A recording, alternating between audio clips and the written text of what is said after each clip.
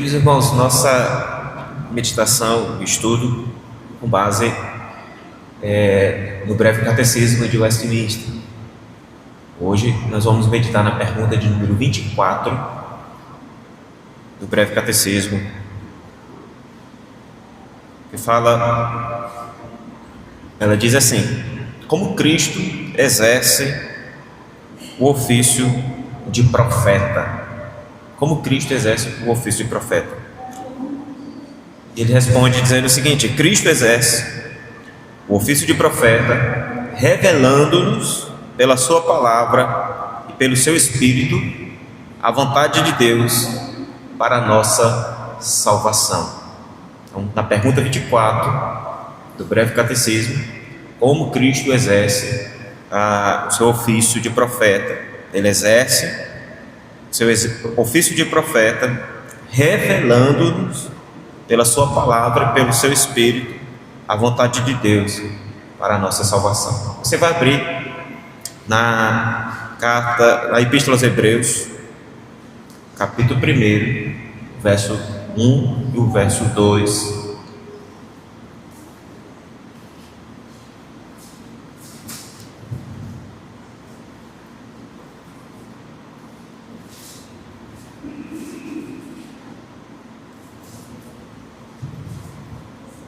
Epístola aos Hebreus, capítulo 1, verso 1 e verso 2, ele vai dizer o seguinte: havendo Deus outrora falado muitas vezes e de muitas maneiras aos pais pelos profetas, nestes últimos dias nos falou pelo Filho, a quem constituiu o herdeiro de todas as coisas, pelo qual também fez o universo. Então, o que nós temos aqui? O que os teólogos estão nos apresentando? Nós vimos na pergunta de número 23, nosso último estudo, que Jesus Cristo, ele exerceu e continua exercendo 3 ofícios, que tanto lá no Éden quanto no Antigo Testamento eles estavam presentes: profeta, sacerdote e rei. O Senhor Jesus, ele exerceu estes ofícios na sua obra de redenção. Quando ele esteve aqui, ele foi a palavra viva de Deus, falou da parte de Deus, ele é um profeta de Deus, a sua palavra tinha poder. Ele, enquanto esteve aqui, ele tinha o que ele fazia, ele tinha autoridade, e ele foi esse sacerdote perfeito, sem mácula, que ofereceu a si mesmo como Cordeiro de Deus, em sacrifício santo, vivo e agradável a Deus. E mesmo depois do seu sacrifício, mesmo depois de ter realizado esta obra, já nas alturas, já no céu, sentado à destra de Deus, os teólogos de Westminster vão descrever esse mesmo Cristo continuando a exercer esses ofícios como profeta, como sacerdote e rei. Jesus, quando aparece vivo aos discípulos, diz: toda autoridade me foi dada no céu e na terra. Ele é esse governante maior, cheio de autoridade, poder e domínio sobre todas as coisas. Do céu, ele continua tendo domínio, tendo governo, tendo autoridade sendo exercida no mundo.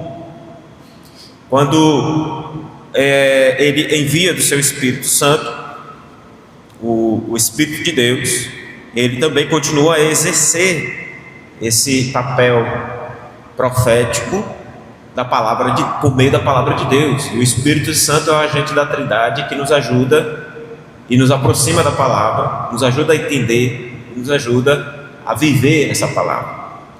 A palavra de Cristo, que o autor dos Hebreus descreve aqui como sendo esse aspecto final presente da igreja, não mais a palavra, não mais essa manifestação de Deus como havia no passado, mas agora por meio de Cristo Jesus.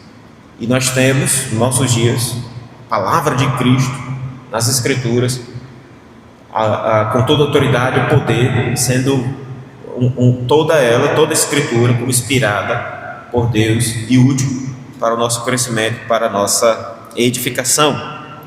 E os sacramentos dados por Cristo à sua igreja, como o batismo e a ceia, assim também os meios de graças, uma oração, a leitura da palavra, eles são dados como uma maneira de nós nos aproximarmos de Deus, já que Cristo, o sacerdote perfeito e o sacrifício perfeito, entronizado na presença do Senhor, realizou a obra perfeita. Nós com Ele, ou por meio dele, nos achegamos a Deus, invocamos o seu nome, participamos da comunhão, porque Ele realizou essa obra por nós. Então, mediante a sua autoridade no céu e na terra, Cristo subjuga pecadores para si e destrói as obras do maligno, continuando a sua obra de redenção. E essa obra, ela irá continuar até que todos os inimigos de Cristo sejam derrotados, incluindo a própria morte, que é o último inimigo pelo qual o Senhor, mediante o seu poder, estará derrotando por meio da nossa, para a nossa edificação, como também como uma bênção para o povo de Deus. Essa morte, essa vitória sobre o pecado, Cristo assumiu, realizou e está realizando, para que nós então tenhamos no dia final, no momento final, a vitória para as nossas vidas também. Mas a fim que nós venhamos compreender melhor esses ofícios que o nosso Redentor realizou e continua a realizar, nós temos na pergunta 24, na pergunta 25 e na pergunta 26, os teólogos do Westminster descrevendo esses ofícios de Jesus. Hoje, nós veremos na pergunta 24 o ofício de profeta do Redentor. O nosso Redentor continua sendo este profeta, falando aos nossos corações, e a gente vai ver que de maneira Cristo exerce esse ofício. Na resposta que os teólogos do Westminster apresentam, eles dizem: Cristo exerce o ofício de profeta, revelando-nos pela sua palavra e pelo seu Espírito a vontade de Deus para a nossa salvação. Então eles vão descrever aqui pelo menos de duas maneiras como Cristo continua exercendo esse ofício para a sua igreja. Veja, no texto da carta de Paulo aos Efésios, no capítulo 2, no verso 20, o apóstolo Paulo, ele vai fazer uma declaração muito importante para a igreja do Senhor, quando ele diz, no verso 19, falando do povo de Deus, qual é a condição deles? Ele diz: assim, já não sois estrangeiros e peregrinos, mas concidadãos dos santos, e sois da família de Deus. Aí no verso 20, capítulo 2, edificados sobre o fundamento dos apóstolos e profetas,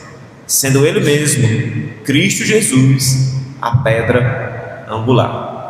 O apóstolo Paulo diz que há um fundamento pelo qual esta igreja do Senhor, formada por gentios e judeus, todos os povos da face da terra, essa igreja, ela está alicerçada, ela tem um fundamento pelo qual ela existe e pelo qual ela tem a sua raiz, e esse fundamento é o ensino que os apóstolos entregou à igreja. Lembra em Atos 2:42, quando vai dizer que os primeiros cristãos perseveravam na doutrina dos apóstolos. Os apóstolos ensinaram ou pregaram aquilo que receberam do Senhor Jesus Cristo. Mateus 28, verso 20, no verso 19, o Senhor dá ordem para que eles façam discípulos de todas as nações, batizando em nome do Pai, do Filho e do Espírito Santo. E no verso 20 ele diz que eles deveriam fazer isso ensinando todas as coisas que o Senhor havia ordenado. E é exatamente esse ensino, ou essa palavra que eles receberam, que Lucas vai descrever lá em Atos, que a igreja perseverou. Os primeiros discípulos estavam caminhando nesse ensino e nesse fundamento, e é o que Paulo vai escrever lá aos Efésios, na sua carta, no capítulo 2, no verso 20, dizendo: é nesse ensino dos apóstolos que a igreja está fundamentada. Ele fez essa referência para dizer que a base pelo qual a igreja está alicerçada é sobre a palavra que foi primeiramente dada pelos profetas e depois pelos apóstolos, pois falaram de Cristo e da parte de Cristo. Agora é curioso que no capítulo 2, o verso 20, ele dá uma ordem aí, que normalmente deveria ser o contrário, né? Edificado sobre deveria ser, né? A gente pensa, edificado sobre o fundamento dos profetas e apóstolos, sendo ele mesmo, Cristo Jesus, a pedra angular. Mas Paulo diz sobre o fundamento dos apóstolos e profetas, porque para aquele momento, e assim como hoje, a nossa fé, a nossa vida como comunidade cristã, ela não mais segue a mensagem profética dada pelos profetas do passado, porque ela se cumpriu em Cristo. Nós não estamos ainda aguardando o Messias, nós não estamos pela fé esperando o nosso Redentor. Ele já veio, ele já realizou a obra redentora, ele já cumpriu aquilo que era necessário para mim e a sua salvação, como também de todos aqueles que estão perdidos. Então o fundamento está sobre os apóstolos. A igreja está sobre o fundamento dos apóstolos e profetas nesse aspecto, que os profetas anunciaram o que o Messias haveria de fazer, e os apóstolos pregaram aquilo que o Messias realizou. Veja, os profetas do Antigo Testamento, eles foram usados por Deus e autorizados a falar a mensagem de Deus, uma mensagem profética. O que eles disseram e escreveram era a própria palavra de Deus. E a gente geralmente relaciona isso ao Antigo Testamento, a mensagem daquilo que o Senhor iria realizar e estava fazendo já para a salvação do seu povo. Mas não foi por seu próprio poder que eles falaram, era o Espírito de Cristo que falava por meio deles. Lá na primeira carta de Pedro, capítulo 1, verso 11, o apóstolo Pedro vai descrever essa verdade, quando ele diz, o verso 10: foi a respeito desta salvação que os profetas indagaram e inquiriram, os quais profetizaram acerca da graça a vós outros destinada, investigando atentamente qual a ocasião ou quais as circunstâncias oportunas indicadas pelo Espírito de Cristo, que neles estava, ao dar de antemão testemunho sobre os sofrimentos referentes a Cristo e sobre as glórias que os seguiriam. Então veja, a mensagem profética dada pelos profetas do passado, ela apontava para a obra que esse Redentor, que era o Messias, ele iria realizar. Então eles investigaram, eles anunciaram, eles profetizaram, e na tentativa não só de entregar a palavra, mas também de entender em que ocasião isso iria acontecer, quais circunstâncias oportunas indicadas pelo Espírito de Cristo. Os apóstolos, quando Cristo vem, convoca esses 12, são a eles entregue a vontade do Senhor já realizada para ser anunciada. Quando Cristo veio ao mundo, essa revelação da palavra de Deus chegou no seu momento final, naquilo que os teólogos vão chamar na plenitude dos tempos. O Senhor Deus, através de seu Filho, o Messias prometido, veio, se fez carne, habitou em nosso meio e realizou a obra necessária para mim e a sua redenção. Ele era aquele, como diz Paulo aos Colossenses, capítulo 2, verso 3, em quem todos os tesouros da sabedoria e do conhecimento estão ocultos. É por meio de Cristo que a obra redentora, anunciada pelos profetas do passado, ela vem se cumprir, ela vem se realizar. E é por essa razão que com a morte e a ressurreição de Cristo nós somos transportados, veja, da era profética, Antigo Testamento, para a era apostólica, Novo Testamento, pois eles falaram autorizados por Cristo e sob o poder do Espírito Santo as verdades a respeito da vontade de Deus para a salvação do seu povo. Veja, irmãos, isso aqui é importante. Nós conhecermos e sabermos para entendermos o poder e a suficiência das Escrituras, da sua palavra, para a minha e a sua salvação, para o nosso conhecimento a respeito de Deus. E a gente vai ver aqui alguns dados de outras religiões, seitas, que não creem nessa verdade, não creem nas Escrituras como sendo suficiente para a nossa salvação. E é exatamente isso que os teólogos do Westminster eles estão declarando aqui na pergunta 24, a respeito de Cristo ser esse profeta, o último profeta da antiga aliança que anunciou a vinda do Messias e que teve o maior privilégio do que os profetas do passado, porque ele viu esse Messias, foi João Batista.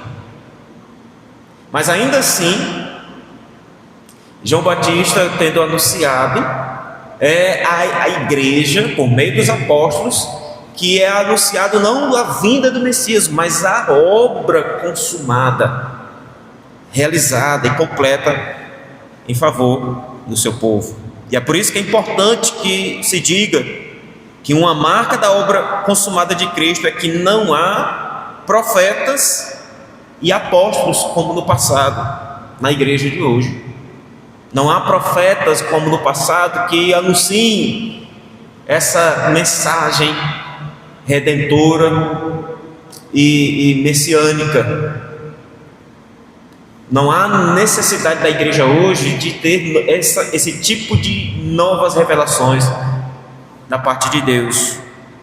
Muito menos, não há necessidade de apóstolos para anunciar essa obra redentora de Cristo com poder e com ações extraordinárias, como eles fizeram no primeiro momento, e foram autorizados por Cristo, revestidos de poder, para realizar essa obra com poder, com atos extraordinários, para que então o Evangelho fosse propagado.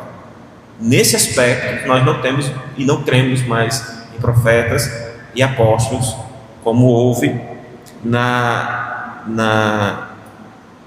época de Jesus Cristo, anterior a Jesus Cristo e posterior a Ele. Por quê, irmãos? Porque os profetas, como eu disse, eles predisseram, eles tiveram um papel para anunciar aquilo que Cristo faria. Quando Cristo vem e realiza a obra, não há mais a necessidade desses profetas anunciar mais nada, porque Cristo já está lá, Cristo já está anunciando a verdade de Deus de maneira prática. Por isso os sermões de Jesus estão registrados para que nós conheçamos. As pessoas viam Jesus realizando os milagres e disse: quem é este com tamanho poder e autoridade? Os demônios lhe obedecem, a natureza, os ventos e tempestades lhe obedecem, porque ele é este Deus encarnado. Esse é aquele que veio e se fez carne e habitou entre nós, aquele que os profetas anunciaram. Então os profetas predisseram aquilo que Cristo faria. Os apóstolos, por sua vez, eles foram incumbidos de anunciar e registrar aquilo que Cristo fez, obra realizada e consumada.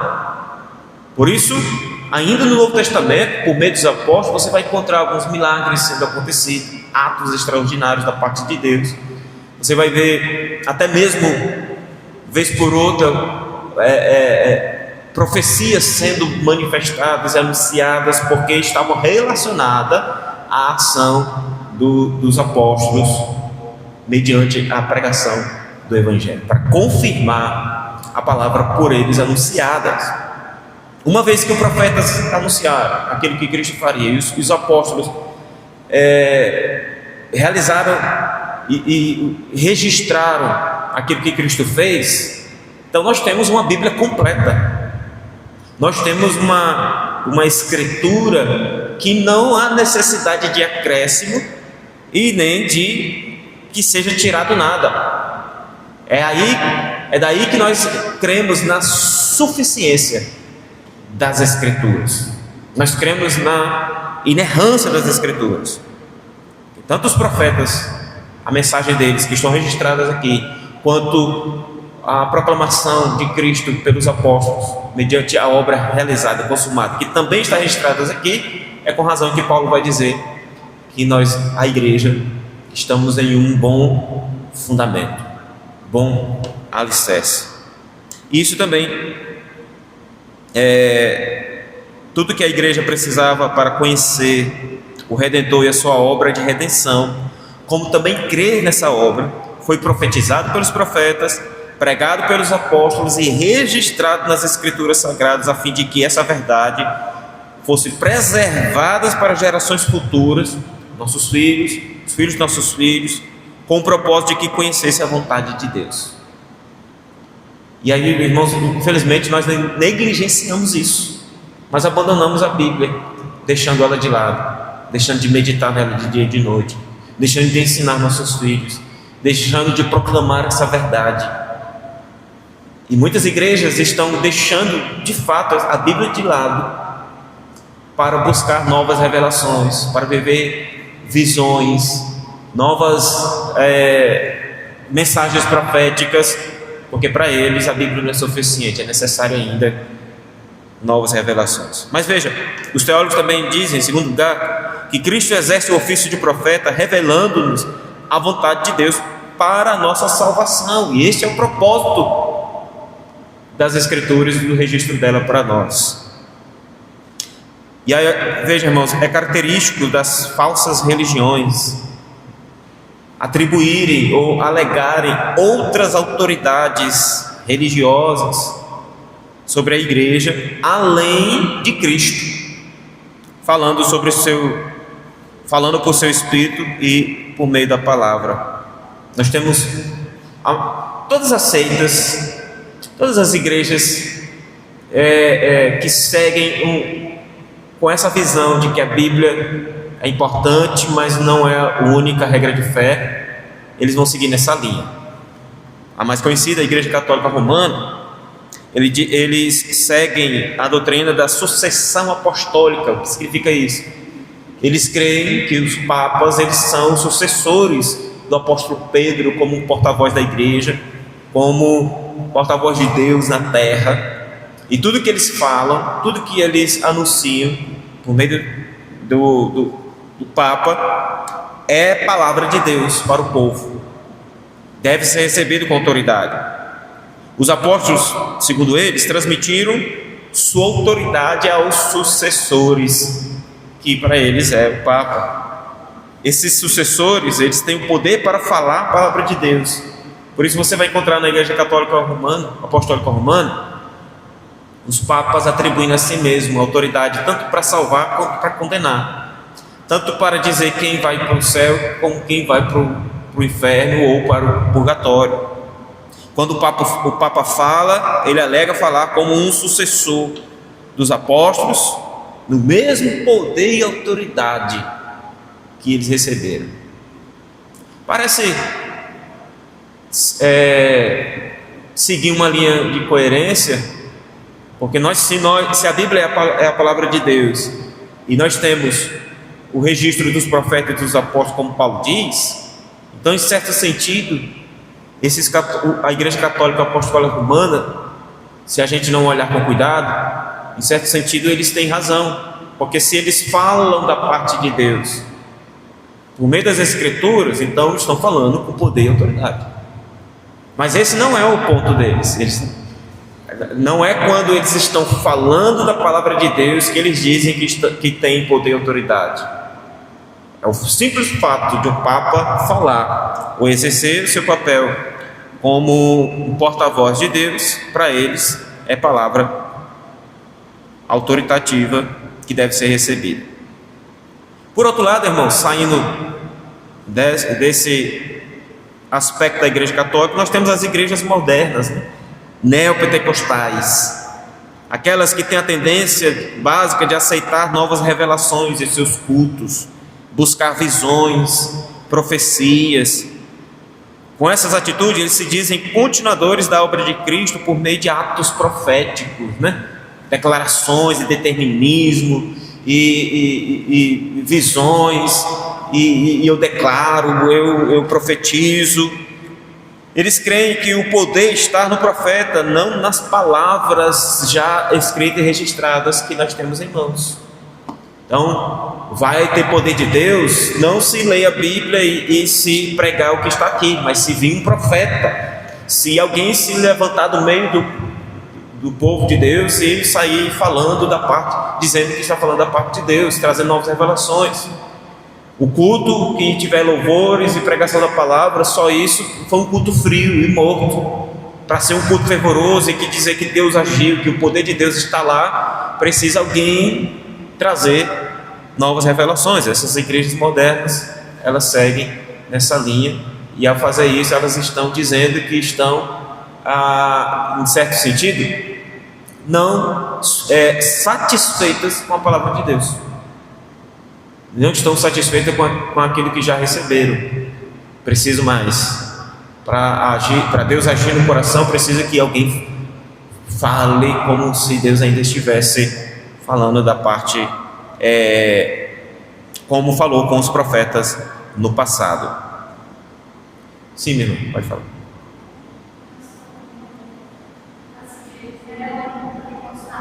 Sim.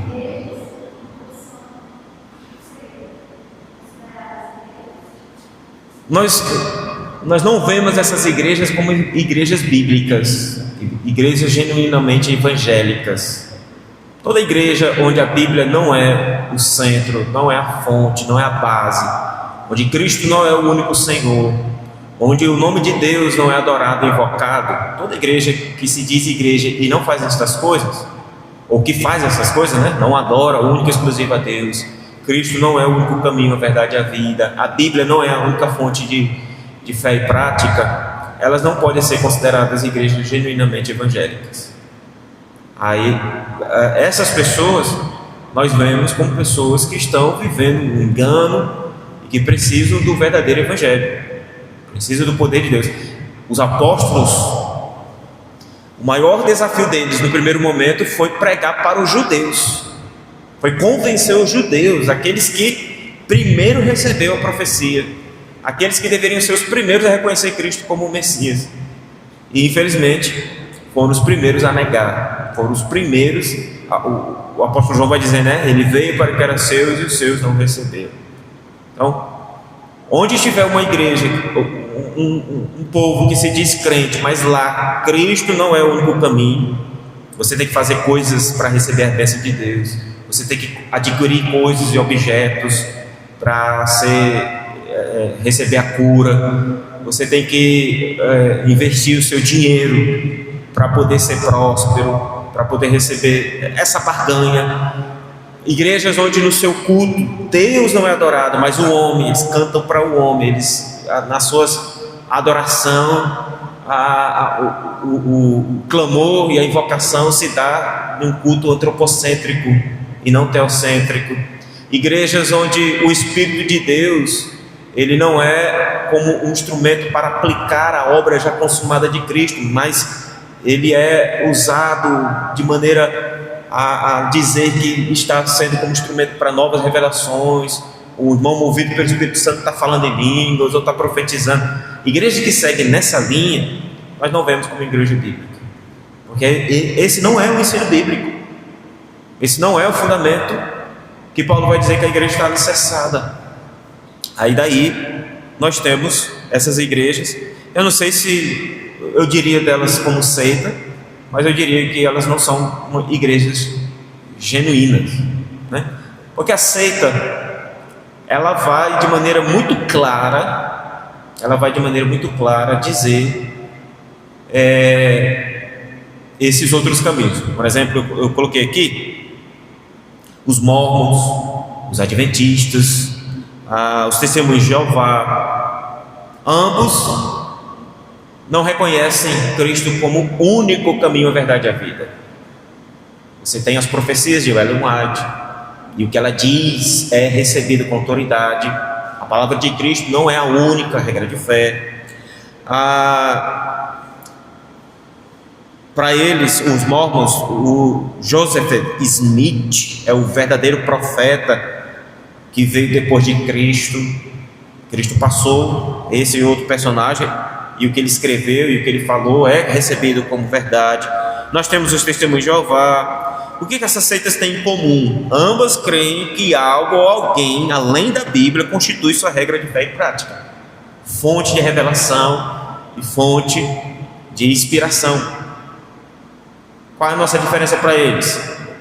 Nós cremos na profecia que já foi dada e que já se cumpriu, na palavra profética que já foi anunciada e cumprida por meio de Cristo Jesus, a palavra final e presente em nossas vidas. Não é isso que o autor dos Hebreus escreveu para nós, falando já naquela altura ainda dos aspectos revelacionais de Deus na antiga aliança, quando ele diz: havendo Deus outrora falado, muitas vezes e de muitas maneiras, aos pais pelos profetas, nestes últimos dias nos falou pelo Filho, a quem constituiu o herdeiro de todas as coisas, pelo qual também fez o universo.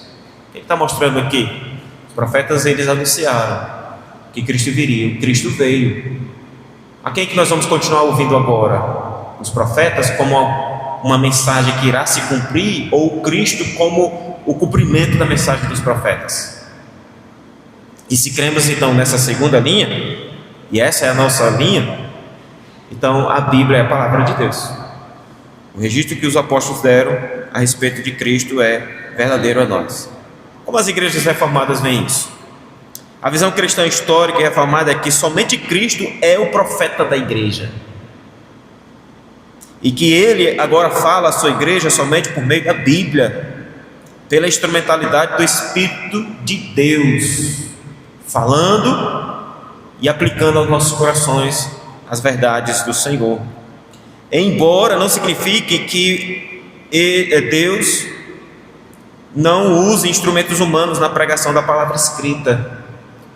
Por exemplo, o Senhor continua chamando homens, não para trazer novas revelações, mas para falar da revelação escrita, a palavra profética.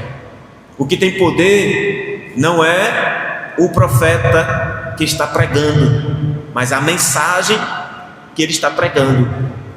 É o que Paulo diz aos Romanos, né? O poder de Deus para a salvação de todo aquele que crê está no Evangelho e não no evangelista.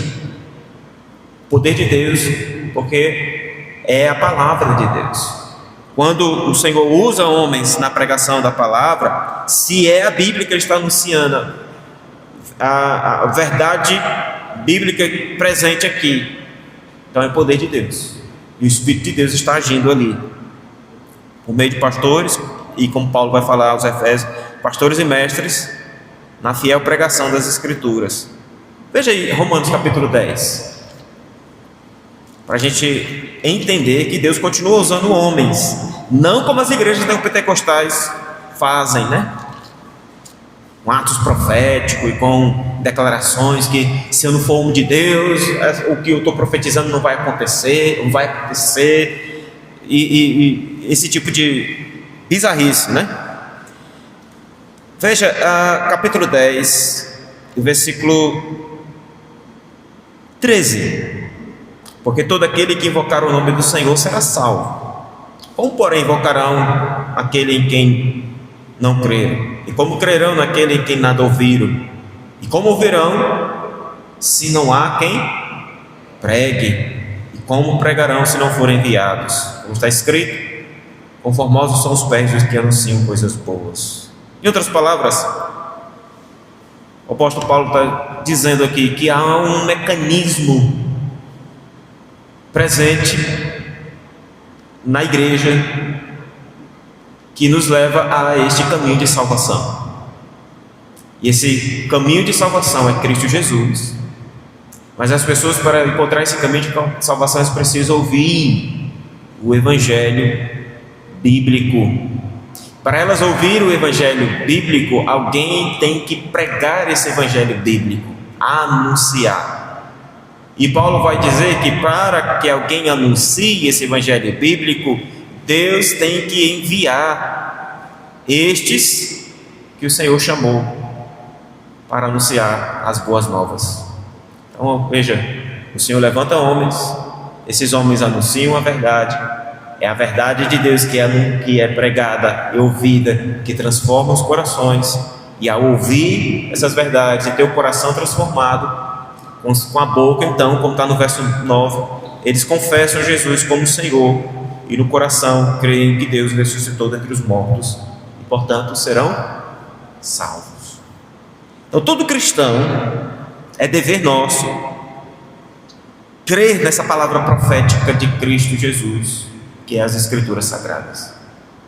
Todo cristão deve sempre demonstrar supremo respeito por aquilo que Cristo diz através das páginas das Escrituras. E esta deve ser lida com oração contínua para que possa conceder o Senhor Deus o dom do seu Espírito Santo, nos capacitando a entendê-la e compreendê-la. Sem o Espírito de Deus, nós não conseguiríamos entender. E é exatamente isso que Jesus fez no Evangelho de João, capítulo 14. Deixa eu ver aqui a referência exatamente. O verso 26. Abra essa Bíblia, João 14, 26. A gente concluir. A função do Espírito Santo nesta era ou nesta vida em relação a essa palavra profética de Cristo. Ele diz, olha, mas o Consolador, o Espírito Santo, a quem o Pai enviará em meu nome, esse vos ensinará todas as coisas e vos fará lembrar de tudo o que vos tenho dito. Essa é a função do Espírito Santo, nos fazer lembrar de tudo o que o Senhor Jesus Cristo ensinou. No capítulo 16 de João, no verso 13, ele diz, e quando vier, porém, o Espírito da verdade, ele vos guiará a toda a verdade, porque não falará por si mesmo, mas dirá tudo o que tiver ouvido e vos anunciará as coisas que hão de vir. O Espírito Santo, o agente da Trindade, que faz com que a obra de Cristo Jesus, como um profeta de Deus, seja aplicada em nossas vidas. Ao ler as Escrituras, tenha plena certeza de que quando você fizer isso, Deus está falando com você, por meio da obra que Cristo realizou e foi registrada pelos apóstolos e profetas. E o Espírito Santo de Deus, que habita em você, te faz entender essa verdade. Por isso que nós somos chamados a meditar na palavra do Senhor em oração. O Espírito Santo de Deus é quem nos ajuda quando meditamos na palavra do Senhor. É o que nós lemos no primeiro momento, nossa reunião de oração, no Salmo 119. De que maneira poderá o jovem guardar puro o seu caminho? E ele diz, observando segundo a tua palavra. É a palavra do Senhor que é suficiente, meus irmãos. E a palavra de Cristo, que é poderosa. E nós somos chamados a meditar nela, a viver por meio dela, a proclamá-la, para que a salvação continue chegando aos corações dos perdidos. Portanto, como igreja, é meu e seu dever amar a palavra do Senhor. No Salmo 119, verso 97, se me falha a memória, o salmista vai dizer, quanto amo a tua lei, é a minha meditação de dia e de noite.